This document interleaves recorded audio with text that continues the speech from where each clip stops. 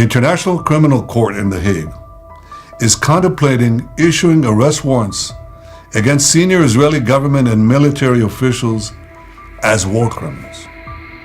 This would be an outrage of historic proportions. International bodies like the ICC arose in the wake of the Holocaust committed against the Jewish people. They were set up to prevent such horrors, to prevent future genocides. Yet now, the International Court is trying to put Israel in the dock. It's trying to put us in the dock as we defend ourselves against genocidal terrorists and regimes, Iran of course, that openly works to destroy the one and only Jewish state. Branding Israel's leaders and soldiers as war criminals will pour jet fuel on the fires of anti-Semitism, those fires that are already raging on the campuses of America and across capitals around the world. It will also be the first time that a democratic country fighting for its life according to the rules of war is itself accused of war crimes. The Israeli army, the IDF, is one of the most moral militaries in the world. It takes endless measures to prevent civilian casualties, measures that no other army takes. It does so while fighting a terrorist enemy which uses its own civilians as human shields. You know the truth. Hamas places its weapons, its terrorists, in hospitals, schools, mosques, and throughout civilian areas. They do this in order to win immunity and to maximize civilian casualties. So while Hamas shows no care for the lives of Palestinians and steals humanitarian aid meant for civilians, Israel is facilitating a surge of humanitarian assistance to Gaza.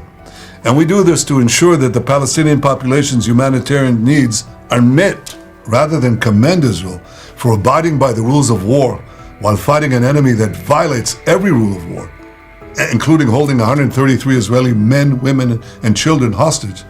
Who's the ICC targeting? The democracy called Israel.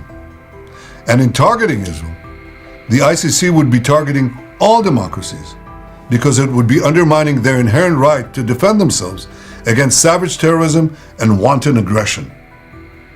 Clearly, this threat by the ICC is not an attempt to enforce the law. Israel is not even subject to the court's jurisdiction, and it has an independent legal system that rigorously investigates all violations of the law. Rather, this ICC attempt is an attempt to paralyze Israel's very ability to defend itself. The government and people of Israel reject outright this grave threat to our security, this grave threat to our very existence. And I want to assure you, no ICC action will impact Israel's ironclad determination to achieve the goals of our war with Hamas terrorists. We will destroy Hamas's military and governing capabilities in Gaza. We will release all our hostages, and we will ensure that Gaza never poses a threat to Israel again. Israel expects the leaders of the free world to stand firmly against the ICC outrageous assault on Israel's inherent right of self-defense. We expect them to use all the means at their disposal to stop this dangerous move.